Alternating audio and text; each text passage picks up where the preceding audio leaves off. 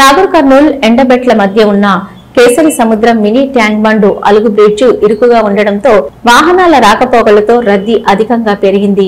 ప్రమాదాలకు అడ్డాగా మారుతుందని వెంటనే బ్రిడ్జ్ నిర్మాణం చేయాలని వివిధ ప్రజా సంఘాల నాయకులు వాహనదారులు కోరుతున్నారు.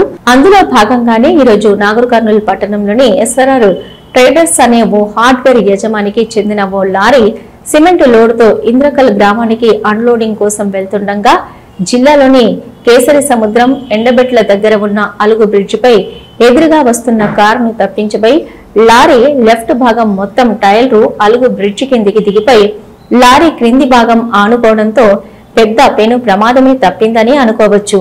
ఈ ప్రమాదాలకు కారణం బ్రిడ్జి విస్తీర్ణం లేకపోవడం.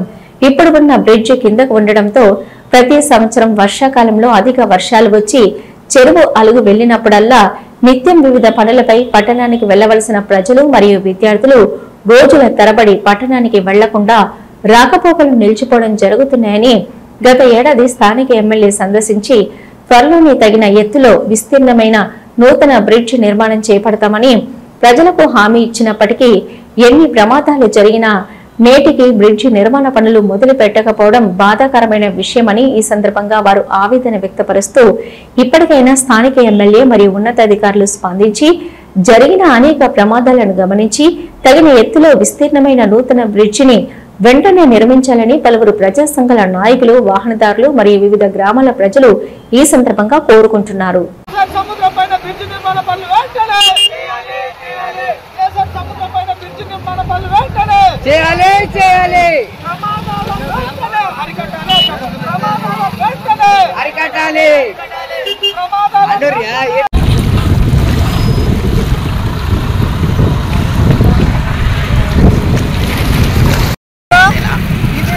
నాగర్ కర్నూల్ కేసరి సముద్రం. ఈ కేసరి సముద్రంలో ఇది ఎండబెట్ట యొక్క బ్రిడ్జి, ఈ యొక్క అలుగు బ్రిడ్జి. ఇక్కడ లారీ ఆల్రెడీ ప్రమాదం జరిగింది.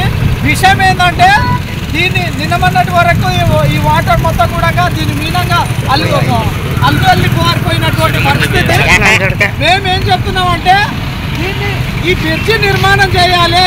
ఈ బ్రిడ్జి నిర్మాణం చేయాలని గత 2-3 సంవత్సరాల నుండి మేము పోరాటం చేస్తూనే ఉన్నాము.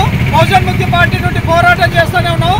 గతంలో ఎమ్మెల్యే గారు దీనికి బ్రిడ్జి నిర్మాణం చేస్తామని ఎమ్మెల్యే రాజేష్ రెడ్డి గారు భూమి పూజ కూడా చేయడం జరిగింది.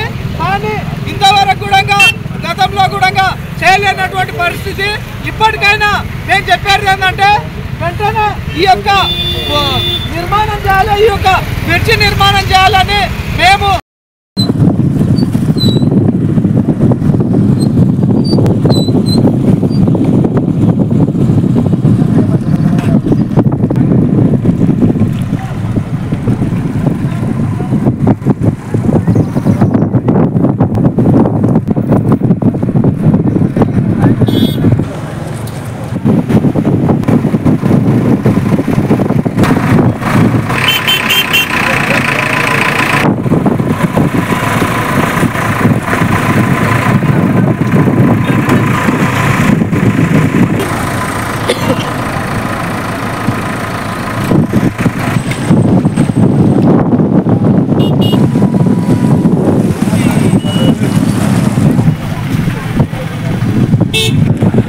వాళ్ళకు